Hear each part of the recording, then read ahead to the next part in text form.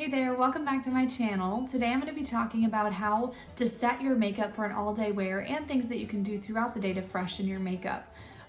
So one thing I want to encourage you guys to do is carry a makeup bag with you and maybe have the things in it that you know that you like to refresh throughout the day. You can maybe carry an extra concealer in there. You can carry some extra blush and a brush in there. Maybe especially lipstick and lip gloss just to keep your lips hydrated and moisturized and keep that beautiful color on your lips throughout the day.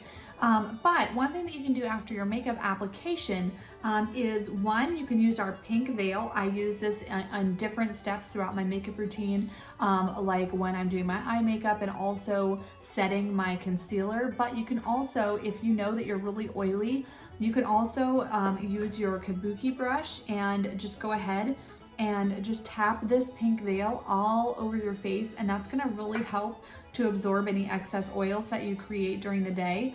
And just keep your makeup looking really mattified.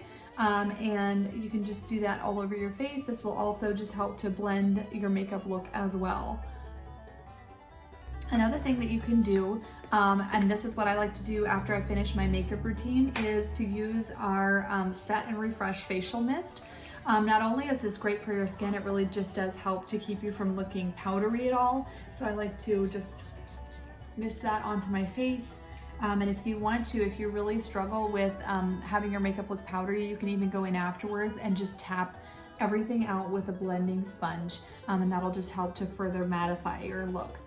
And that's it. You can also take the Set and Refresh spray with you if you struggle with dry skin throughout the day. Take it with you and just refresh your skin every time you use the restroom, just as a reminder to keep your makeup looking fresh. So I hope you enjoyed this video. I hope you found it helpful. And if you ever have any questions, again, just don't hesitate to reach out to me. Thanks so much for watching.